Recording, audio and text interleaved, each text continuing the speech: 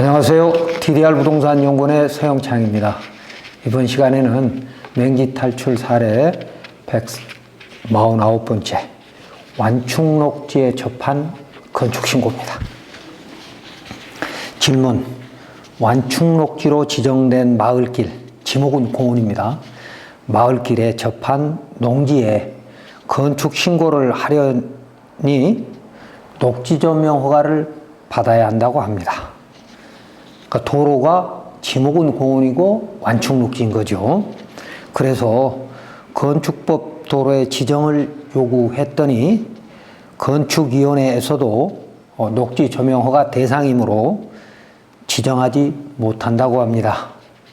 지난 4년 동안 국토부 권익위 법제처에서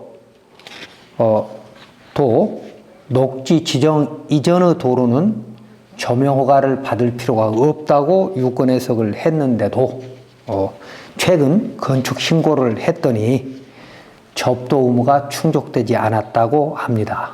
그러니까 녹지 조명 허가 대상인데 허가를 받지 못했으니까 접도 의무가 충족되지 못해서 건축 허가를 못 해주겠다는 거죠. 해결책은 무엇일까요? 답변: 택지개발지구, 대형 택지개발 지구 외곽에 위치한 내 밭, 자연녹지이고 농지디요. 내 밭의 일부는 지난 10여 년 전에 택지개발 사업에 수용됐습니다. 그리고 나머지 토지는 지금 이 현황도로에 접해 있습니다. 그러니까 완충녹지이고 지목이 공원인 현황도로에 접해 있는데, 이 현황도로가 완충녹지라서 녹지 조명을 받아야만 건축 신고가 수리된다고 한다면 다음 순서로 해결하면 될 것입니다. 첫 번째, 내 대지에 건축 신고를 하려면 누구나 개발행위 협의와 농지전용 허가를 받아야 할 것입니다. 이건 건축법 제11조와 그리고 국토계획법 56조 그리고 농지법 제32조에 따라야 하기 때문이죠. 그러니까 자연녹지의 농지에 건축신고를 하려면 누구나 건축신고, 개발행위 협의, 농지전용 허가를 세 가지를 동시에 받아야 합니다. 이때 건축사는 현장 조사 및 검사 업무, 건축법 시행규칙 21조에 있습니다. 현장 조사 및 검사 업무를 대행하도록 되어 있습니다. 그래서 건축 신고를 하려는 대지는 접도 의무가 있기 때문에, 즉 너비 4m 이상의 건축법 도로에 2m 이상이 접해야 하는 건축법 44조의 접도 의무가 있기 때문에 그 접도 의무에 합당한지에 대한 의견을 건축사가 내도록 되어 있습니다. 그러나 허가청이 접도 의무에 대해서 해석을 잘못할 때에는 신청인은 공식적인 의견을 받아서 행정심판, 행정소송을 통해서 바로잡을 수 있는 겁니다. 공식적인 의견이라고 하는 것은 민원처리법에 의한 사전심사이거나 아니면 건축법의 사정결정이거나 또는 건축신고에 대한 반려 또는 보완명령 이런 것이겠죠.에 대해서 이의가 있으면 반려한 그것을 근거로 행정심판 및 행정소송을 통해서 바로 잡아야 되겠죠. 다만 완충녹지에 접도했을 때는, 그러니까 건축을 하려고 하는 대지가 완충녹지에 접해 있을 때는 건축과도 접도 의무 충족 여부에 대한 판단을 단독으로 할 수 없고 해당 실과의 의견을 따를 수밖에 없을 것입니다. 그래서 첫 번째는 완충녹지에 접도한 대지에 대한 건축 허가는 일단 허가를 신청하고 반려가 되면 그걸 갖고 심판 또는 소송을 해야 된다 얘기고요. 다음에 두 번째는, 그러면 이제 건축 신고에서 대지는 어떤 도로에 접도해야 되는 건지에 대해서 살펴보면 건축법 도로를 말하는 거죠. 건축법에서 도로란 그랬을 때는 앞에 건축법 도로라고 하는 부분이 반드시 따라가는 거죠. 그래서 건축법 도로를 말하는데, 건축법 도로란 건축법 제2조 1항 11호 가목의 법정도로와 남목의 행정도로를 말한다고 여러 차례 제가 설명했습니다.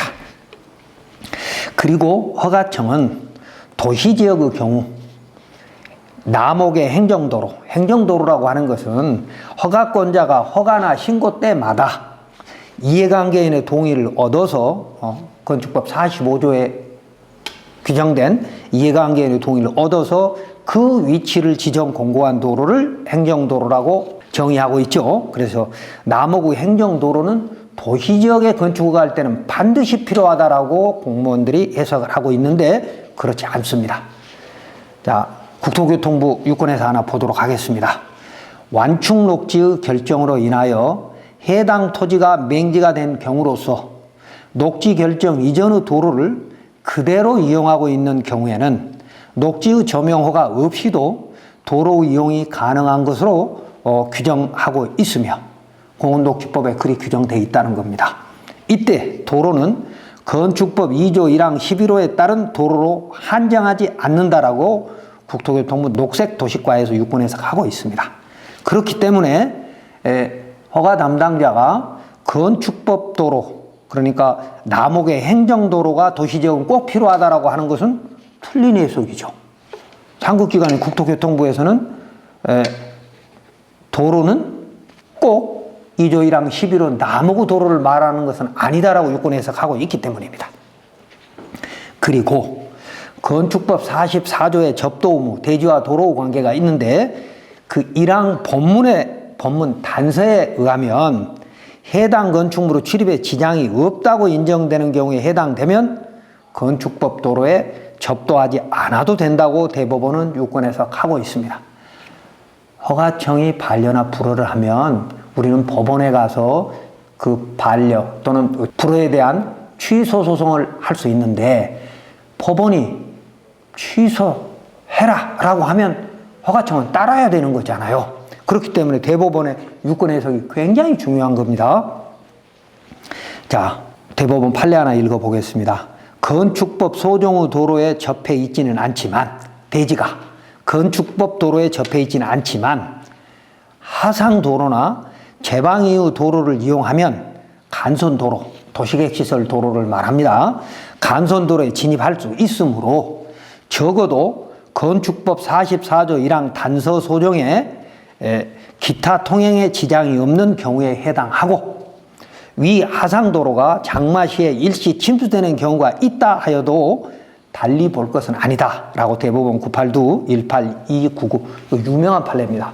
해당 건축물의 출입에 지장이 없다라고 인정되면 허가해줘야 한다라고 하는 유명한 판례입니다. 그런데 허가청은 사실은 이 대법원 판례를 슬쩍 무시하거나 감추고 있는 거죠. 또한 국공유지 도로이거나 또는 사유인 마을길도 결국 건축법 45조에 따라 이해관계인의 동의를 얻어서 도로를 지정할 수 있습니다. 그런데 그렇게 할 생각을 안 하고 있다는 것이죠. 그리고 또 건축법 45조 본문 단서 2호에 보면 주민이 오랫동안 통행로로 사용했던 것은 지자체 건축조례에 지정된 도로에 한해서는 건축위원회 심의를 거쳐서 사용 승낙 없이 도로로 지정할 수 있다라고 규정되어 있습니다. 그래서 결국은 이제 두 번째는 뭐냐? 건축법 2조 1항 11호 남목의 행정도로, 지정도로로 지정이 해야만이 건축허가가 되는 게 아니고요.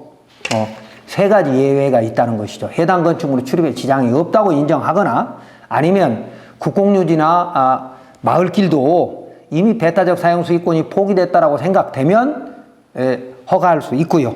이해관계인의 동의를 얻어서 도로를 할 수도 있고요. 그 다음에 45조 본문 단서 2호에 따라 동의 없이도 조례도로를 지정할 수 있습니다. 특히 지목이 도로이고 국공유지인 경우에는 도로로 실제 사용하고 있다라고 하면 이건 당연히 해당 건축물의 출입에 지장이 없다고 인정해야 된다는 것이죠. 자, 그래서 이렇게 세 가지 방식으로도 있는데도 불구하고 건축법 도로 지정만 요구한다면 이건 법원에 가면 바로 취소 당할 수 있는 것이죠. 다음 세 번째, 대지가 접도한 너비 4m의 현황 도로는 지금 이 신고한 대지가 접한 현황 도로는 완충록지입니다. 그래서 이 완충록지로 지정된 도로, 지금 현재 포장되어 있는 그림에 보면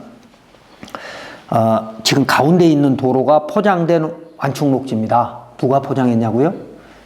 시청에서 한 거죠. 물론 택지 개발 사업을 할 때는 LH가 대행을 했기 때문에 LH가 만들고 포장하고 정지 작업해서 포장한 것이 있지만, 사업이 끝나고 나면 지자체로 넘기기 때문에 유지 관리를 넘기기 때문에 그 이후에 10여 년 동안 그 지자체가 이 도로를 유지 관리했습니다. 그렇기 때문에 이 완충록지에 접해 있는 왼쪽에 농지의 건축 신고는 당연히 이 완충록지 지정 시기에 따라서 달라지는 거죠. 그러니까 완충록지가 먼저 있었다. 그러니까 맹지가 된 이유가 완충록지가 먼저 지정이 됐다라고 하면 당연히 따라할 것이나, 완충록지가 지정되기 전에는 허가가 가능했는데 완충록지 지정으로서 맹지가 됐다면 점용 대상이 아니다라는 것이죠. 그래서 완충록지로 지정된 도로는 누가 언제 개설했는지에 따라 녹지 점용 허가 대상 여부가 달라질 것입니다. 만약 원래의 마을길이, 그러니까 지금 이 포장된 곳이 택지 개발 및 녹지 지정 전부터 있었던 것을 그대로 이용하는 경우에는 점용 허가 없이 도로 이용이 가능하다고 공원녹지법 시행령 44조 3호3에 의한 별표 3호 2의 4호에 규정이 되어 있습니다. 그런데 문제는 그대로라는 의미입니다. 허가청은 10여 년 전에 마을길이었던 그 상태 그대로가 아니기 때문에 점용 대상이라고 하는 겁니다. 이런 억지 해석이 어디 있습니까? 자, 법제처 유권 해석 하나 보겠습니다. 공원녹지법 제38조 1항 1호 문헌상 녹지에 일정한 시설을 설치하는 행위를 녹지 점용 허가 대상으로 규정하였다면, 이를 녹지에 이미 설치된 일정한 시설을 사용하는 행위까지도 해당 시설을 설치하는 경우와 마찬가지로 녹지 점용 허가를 받아야 하는 것으로 유추 또는 확대 해석하는 것은 아니 된다는 점에서 그러한 의견은 타당하지 않는다고 할 것이다 라고 법제처는 유권 해석하고 있습니다. 즉 침입적 행정처분의 근거가 되는, 그러니까 녹지 점용 허가를 받아야 되는데 안 받고 건축을 하게 되면, 또는 개발행 허가를 받으면 뭐 벌칙이 상당히 강하잖아요. 이제 그래서 그런 벌칙을 받아야 되는 어떤 침입적 행정처분의 근거가 되는 행정법규는, 그러니까 이게 점용 대상이냐 아니냐라고 판단하는 그 행정법규는 엄격하게 해석 적용돼야 한다는 거죠. 그대로라고 하는 부분이. 자, 그래서 행정처분의 상대방에게 불리한 방향으로 확장 해석하거나 유추 해석해서는 안 된다고 대법원은 유권 해석하고 있습니다. 또 이미 형질 변경된 도로를 사용하는 것을 형질 변경을 해가면서 새로 만드는 것과 똑같이 확대 해석하는 것도 잘못이라는 거죠. 그러니까 이 완충록지는 택지 개발을 하면서 비로소 만들어진 것이고, 그 완충록지인 도로가 만들어지기 전에 이미 비슷한 형태의 마을길이 있었다면 꼭 그대로가 아니고 위치가 조금 변경이 되고 비포장이 포장으로 바뀌고 뭐 높이가 조금 낮아지고 했다 하더라도 그대로라고 해석해야 된다 그 말입니다. 그런데 허가청은 그대로 아니라는 거죠. 얼핏 들으면 그대로 아닌 건 맞죠. 선형도 좀 변경되고 높이도 좀 낮아지고 비포장이 포장되고 그대로 아니죠. 그런데 그렇게 해석하면 안 된다고 대법원은 이렇게 말하고 있다는 겁니다. 침입적 행정처분의 근거가 되는 행정법규는 엄격하게 해석 적용돼야 한다. 또한 이용하는 것과 이미 완충록지에 포장된 완충록지의 도로로 LH가 만들어서 지자체가 유지 관리하고 있는 그것을 우리는 보행과 자동차 통행으로 이용하는 것에 불과한데, 그 이용을 녹지 점용 허가를 새로 받아서 형질 변경을 해가지고 도로로 만드는, 즉 설치하는 것과 이용하는 것은 무게 차이가 굉장히 다른데 왜 같이 보느냐 이 말입니다. 자, 그 다음에 이제 네 번째, 택지개발지구 외곽에 사업 시행자가 대로를 개설하려면 그 옆에 의무적으로 완충록지를 지정하는 것입니다. 그러니까 6차선 도로 같은 걸 이렇게 개설을 하려면 그 도로 통행으로 해서 소음과 먼지가 발생하기 때문에 그 도로 외곽에다가 완충록지를 만들어야 될 의무가 그 도로 개설하는 사업 시행자한테 반드시 있다는 겁니다. 이건 법에 그렇게 되어 있으니까요. 그리고 완충록지의 지정으로 기존의 마을길이 절단돼서, 기존의 마을길이라고 하는 건 일반 공중 통행로를 말하는 거죠.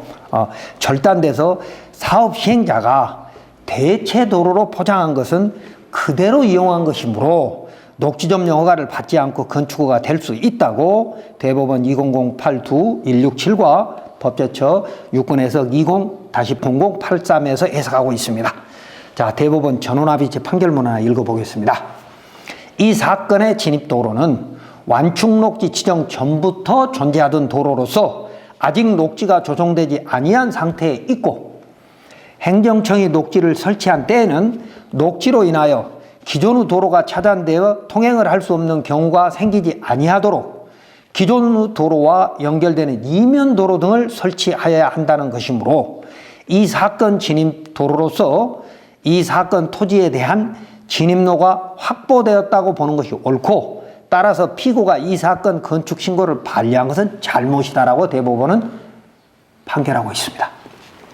그러니까 일반 공중의 통행로를 완충록지로 지정을 하면서 도로가 끊어졌을 때는 반드시 대체도로인 이면도로를 만들어야 될 책임이 사업 시행자한테 있다는 겁니다.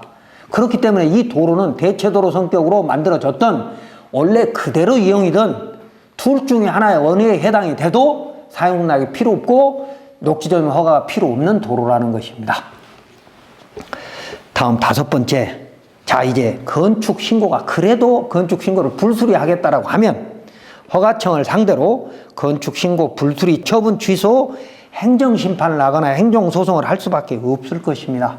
그러나 허가청의 건축가도 앞서 설명한 대로 이 완충록지가 언제 어떻게 지정됐는지 이런 내용들을 잘 모를 것이므로 일단 민원인은 소송 전에 대법원 판례 및 법제처 6권 해석으로 건축가 담당자를 간곡히 설명하고, 불가피하면 감사부서에 고충 민원을 신청하는 것이 좋을 것입니다.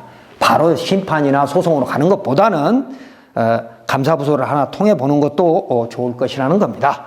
왜냐하면 건축 신고에는 접도 의무가 있지만 접도 의무 예외도 있고, 앞서 제가 말씀드렸죠. 2가지 44조 예외, 45조 예외가 있고, 이때 접도 의무란 접도 의무가 원래 있었던 입법 취지가 뭐냐고요. 건축법에서 건축물 이용자의 편의와 긴급시 피난 차량의 통행로 확보라는 것이 대법원 91루 8319 등에서 입법 취지를 명확히 6권 해석하고 있으므로 사유재산권을 제한하려고 하는 의도가 아니라는 것이죠.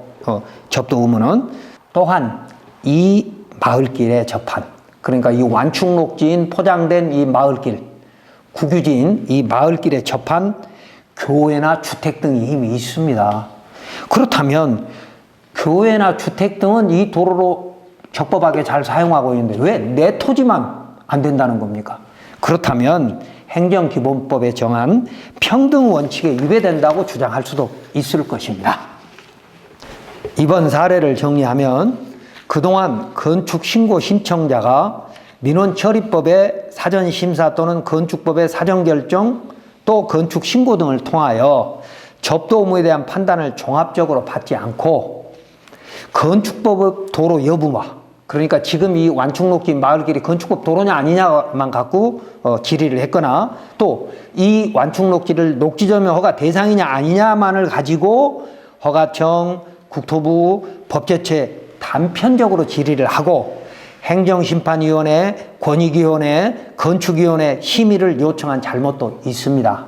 그러니까 종합적으로 판단할 수 있도록 허가청에 신고를 했어야 되는데 단편적으로 건축법 도로냐 아니냐, 그리고 녹지점용 허가 대상이냐 아니냐고 단편적으로 질의한 잘못도 있지만, 그러나 이 마을길은 택지개발 사업 이전부터 있었던 도로이므로 녹지 전용 허가 대상이 아니라는 국토부, 법제처, 권익위 등의 판단이 있었는데도 불구하고 허가청은 지난 4년 동안 엄청난 행정력을 낭비하면서 개별 법령에 따른 개별과의 자기 업무만 집행하고, 자, 4년 동안 이렇게 질의하고 뭐 또 저기 유권에서 요청하고 권익위가 또 나와서 공무원들 불러다가 이런저런 얘기하고 얼마나 많은 시간을 허가청은 시간을 뺏겼겠습니까? 이건 행정력이 낭비한 것이죠.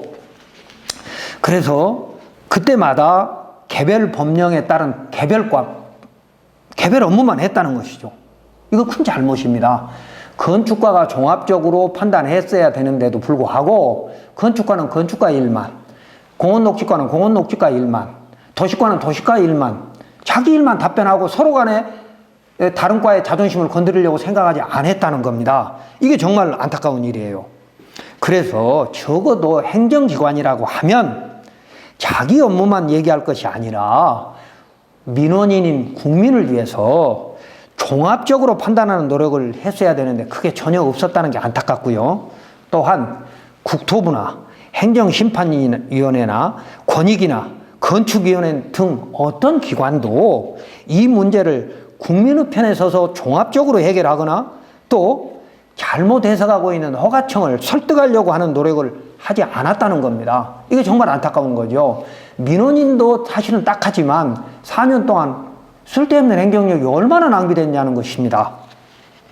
자, 심지어 허가청은 민원인이 건축법 도로 지정을 요구했을 때 건축 신고를 통해서 복합 민원으로 해결돼야 될 사안이니 사전 심사나 사전 결정을 신청하라고 안내하는 것이 더 좋았을 텐데 그렇게 하지도 않고 건축법 4조에 따라 도로 지정을 위한 건축위원회를 개최하여 심의 부결을 통해서 허가권자의 면책 근거만 만들어 놓은 꼼수를 부리고 있습니다.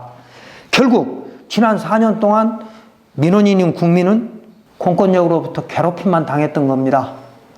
자, 그걸 이제 협의의 소극 행정이라고 하죠. 협의의 소극 행정은 인사혁신처에서 분명히 말했습니다. 법 위반이라고 말입니다.